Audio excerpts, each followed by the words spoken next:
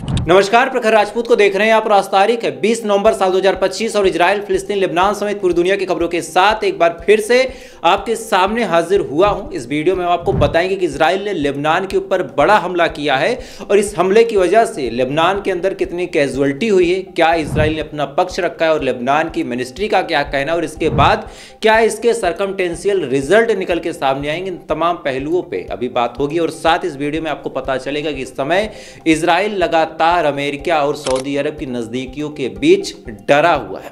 क्या बड़ी अपडेट है, इसके बारे में भी आपको पता चलेगा। और साथ ही यूक्रेन के ऊपर रशिया ने बहुत बड़ा हमला किया है। इस हमले में यूक्रेन को कितना नुकसान हुआ है और कितने लोग मारे गए हैं, इसके बारे में भी आपको डिटेल बताऊंगा। और साथ ही फिलिस्तीन और लेबनान एक साथ मिलकर क्या कोई ऑपरेशन अंजाम देने वाले हैं और इस ऑपरेशन का इजराइल को क्या खामियाजा भुगतना पड़ेगा, इसके बारे में भी आपको पता चलेगा। और साथ ही ओवैसी साहब ने आज एक भटके हुए आतंकवादी सोच के मुसलमान को एक ऐसा मैसेज दिया है कि इस मैसेज को अगर गोदी मीडिया दिखाती तो शायद हमारे देश में जो लोग गलत रास्ते पे जा रहे हैं वो रास्ते छोड़ के वो सही रास्ते पे आ जाते और शायद हमारे देश में कोई आतंकवादी गतिविधि नहीं होती।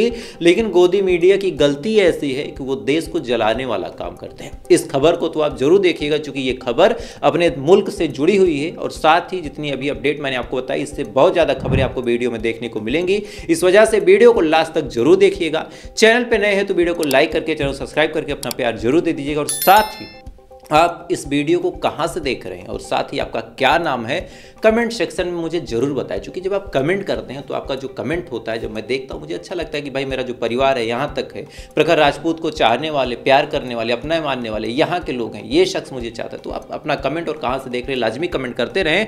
तब तक एक एक करके मैं आपको खबरें बताता हूँ। और सबसे पहली और सबसे बड़ी, सबसे अहम जो खबर निकल के सामने आ रही दोस्तों, वो लेबनान के हवाले से आ रही है कि लेबनान के ऊपर इजराइल ने फिर से आसमानी हमला किया। और इस हमले में अभी तक रिपोर्ट निकल के सामने आई है कि 11 लोगों की मौत हुई है, 4 लोग बुरी तरीके से घायल हुए हैं। आप हमले का वीडियो पहले देखें।